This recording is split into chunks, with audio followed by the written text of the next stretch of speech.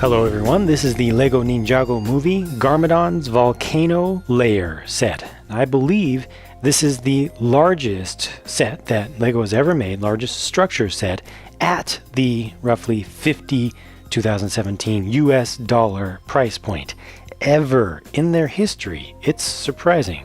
One of the things I always consider when looking at the value of a set is the price to part ratio. You hear me talking about it quite frequently.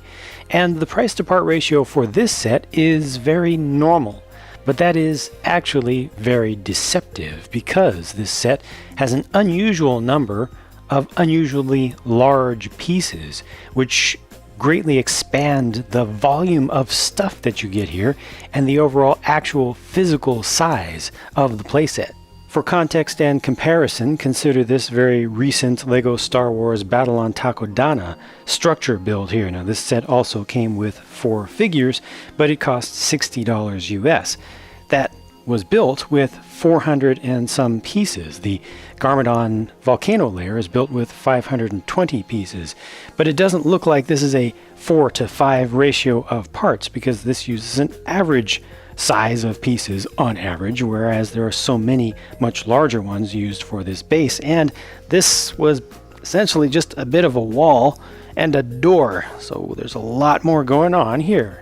The right side wing of this layer has kind of a workshop on its platform level with a control stick for this crane, which is pretty well articulated. You can swing that thing all around. It has a ball joint up here. You can bring it down to the ground level. You can lift it up pretty far. And on the box, they suggest a pretty funny thing. I believe in the movie, you would see this exact thing or something very much like it being used to load sharks like this, but they actually suggest on the box that you try to pick up a shark more like this and dangle it above this workshop area over here where the shark may actually pick up the warhead of one of these missiles. And the missile or rocket is being constructed right now. It's being assembled using LEGO instructions. So this is just a sticker that they've used there, and the idea is that you put together a flick-fire missile by putting these two sub-assemblies together, and then you could actually potentially fire this from a compatible vehicle. It's too bad they don't actually have like a defense cannon on this base where you could use that immediately. Down below is basically just a wall with a sign on it, but that does have an action feature built into it with this gear off to the side that you can turn to break the wall open, and that can be an entrance point for the ninja who are trying to come in all stealthy-like. Now this side has the single lava flow that's using a combination of tall bricks and one curved panel piece there with a sticker on it, and some smaller pieces as well, ultimately getting up to the very top of the volcano, which is a great place from which to fire your shark army. This also has a small action feature built into it that's somewhat crude. You kind of have to turn this fairly hard, this large gear back here on the side, or just attach that top plate kind of lightly, but when everything works just right, that guy just gets launched. Now we didn't get to see it, but he got launched about 2 feet up in the air and landed 3 feet away.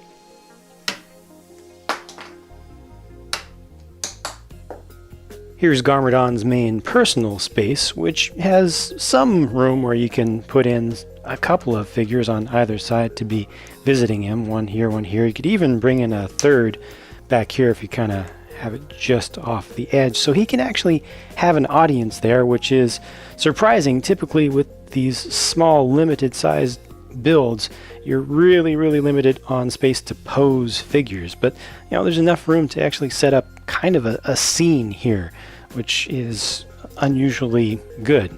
It's always great to have more space than that, but I'll take whatever I can get, especially with studded space that's not encumbered by other stuff.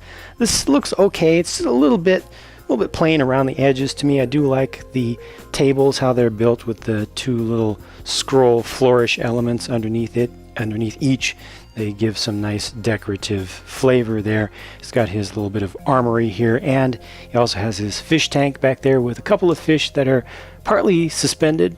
So that looks decent, but I would like to see maybe just one other thing over on the side, a little bit of seaweed or something else to suggest depth rather than just ending I like this stereotypical villain's evil lair kind of face that they've set up here. It's really built with the minimum number of parts. A really carefully chosen selection of pieces with different types of building techniques. They use hinged pieces, they use Technic pieces, they use studs on the side construction. Everything just barely fills up the space. It's very hollow. It's a little bit flimsy. It's only attached with a single Technic pin there, but I think the look is good, and it was a good balance of how much effort they put and how much price and value they put into just building up that structure. I think it looks good. On the left here is a dock for a Seeker clam drone that can actually fly off. So this has wings that deploy down, and you can see its little eyes in there, and it has a laser on its head. You could actually open this thing up if you want to use it to grab onto a figure potentially, or just to make it look a little bit more alert. But it's a funny looking little thing. I think this is the first time we've gotten those clam shell pieces of that size in the sand blue color, and the dock down below just has a minimum number of pieces, but one sticker that really helps it to look a little bit more developed. My personal favorite section of the set is definitely the lab here. Let me just take Steve away for a moment. It has a very basic build for the desk there, but I like the computer terminal. I like the 3 different displays that it has there. Those just use stickers. Has a slightly different than usual build for the coffee maker off to the side, and then this is a really nice little micro build for one of the Piranha mechs with nice uses of interesting pieces there. That thing looks good all around. It's just intended to be, I believe, a 3D printed concept model, you know, just for getting the overall shape and for demonstrating what it would potentially look like. And then this is just a robotic arm back here that can be used for manipulating the thing. You can actually slightly change the angle of the back of the pod, so you can bring that back, bring it forward just a little bit to interact with this robot arm a little bit. The arm doesn't really do that much, to be honest. It's kind of just there for your imagination. It's not actually going to grab onto things for the most part. But this to me just feels like a place where you go to do stuff. It feels like a destination for play. Similar to what they've done for the other side, I just feel like this has less detail over here. But let's take a look at something that LEGO typically doesn't want you to see, at least before you buy a product. The back of it. The non-camera friendly side of it. Well, I'm happy to report this is not so terrible. It doesn't look particularly bad to me. I mean, it's not finished. It's not as finished as the front, but I can live with this for sure. It looks like, you know, interior of structure, of things that have been supported, where, you know, walls have been reinforced and such, and they've got different girder elements back here. It's really great to get these 3 support elements in the light gray color. And I mean, this is just, it's usable space. You can have your Ninja, you know, sneaking around back here, coming in through the mouth, you know, on the underside, because this is all water down below here. This is all underwater area. You know, I sure used a little bit of water to suggest that. But I feel like this is not something to be ashamed of back here. It doesn't have too much exposed Technic stuff, mostly just this here, and that yellow even goes with the exposed color of the supports that you see from all around. So this is actually not bad at all. I don't mind it. Here's a look at Garmadon himself with his large staff.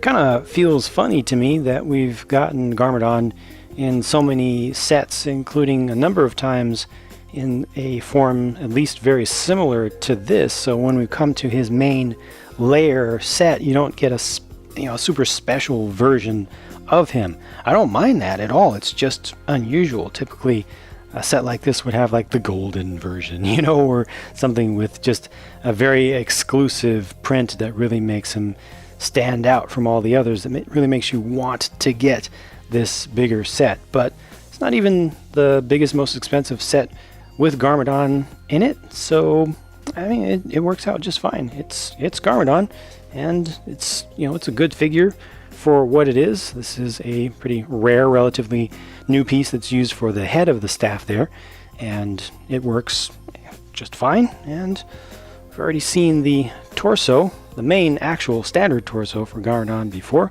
which also has a print on the back, whereas the upper torso piece does not, that specialized part. For the main exclusive bad guy figure, though, we do get Shark Army General Number 1 in his pre-firing form, where he had his normal colors, and he has the bright metallic silver color used as the paint on his pauldrons and the front and back of his armor beneath the shark head piece. He also has a little bit of battery charge there, and this compares to the collectible minifig version where he's just burnt to a crisp. And then on the right is Four Eyes, who has the octopus head in sand green. Nice. So we get some variation with the different types of marine life headgear throughout this entire theme. I like that. I look forward to trying to make that into something real in my aquarium in my city. There's no alternate face for either of these, unfortunately. There's more printing on the back of the torso of Four Eyes than the general, but most of the time you don't see that because of the air tank on the back. And there's a clearer look at these guys from the front with their standard faces and their torso prints. Steve here is my personal favorite figure in this set by far. I love everything about this figure. The print of the torso on the front, the print of the hips, which actually flows pretty nicely from the torso down to the legs. It does use dual molded legs in addition to having some print on there to help establish the boundaries from or between different portions of it, and has a little bit of print on the back, which seems about right, I think, for his lab coat. And he also has a very useful alternate face. Now, this does work, I think, just fine like this, if you want to consider using this as a custom figure face, but also works especially well with that caveman hairpiece where you just see the kind of O-shaped mouth expression there that shows through. I like that. It's really funny. I feel like this is one of those types of figures that will outlast people's interest in the movie and the theme itself. Of course, I didn't forget about the Ninja, and nor did Lego, but they only included one in this set, so that does kind of limit play value for just this one set alone if you're not going to get it in conjunction with anything else. But the idea, of course, is that you would at least find another small set or use collectible minifigures, that series, to kind of increase the number of, basically to increase your LEGO Ninjago Movie population of minifigs. I think this is a perfectly fine rendition of Zane, but there's nothing too special about him. He doesn't come with any, small vehicle to help him or a special weapon or anything. It's just him and his bow. One last thing I have to do is point out the extreme oddity and rarity of this. A malformed part from Lego. It does happen from time to time. Occasionally they'll miss a piece or they'll mess up a piece, but I find it to be especially rare to find anything that right out of the box is just not usable. It's just an oddity and a novelty, definitely not something to worry about, but I wanted to show it. So that's Garmadon's Volcano Lair. Would this have been much nicer if it was much larger? Absolutely. Then who would have been able to buy it or have it bought for them? This was designed to specifically be at a specific price point that would be actually accessible, that would be actually purchasable. And it's a big box to get for its price. It's a big build to get for its price, and yet it's not overly simplified with too many large pieces. And then flipping the coin again, they managed to keep the price to part ratio very, very reasonable, even though it does have an unusual number of very large parts to support it. Still has some detail in there, has a good amount of actual space that's usable by figures, though. That's very important, and frequently, they will sprawl something out, a structure build, they'll sprawl it out and then have only a width of 2 studs on which to to try to pose, to try to balance figures. And in some places they'll do whole rooms on some of these types of sets where you'll only be able to put a single figure in basically one of 2 spots, and that's just it. But this has enough space to put multiple figures at pretty much every station here. Has some action features that are actually fun to play with. Has nice detail that kind of supports purely imaginative play. I like it. Lego has done well with this, I think, and it has a nice selection of figures too. Just a little bit lacking in the ninja department. That's it for my look at this set. I always have a lot more stuff in the queue, so you will be seeing more videos from me very soon. Be sure to stay tuned, and I'll catch you later.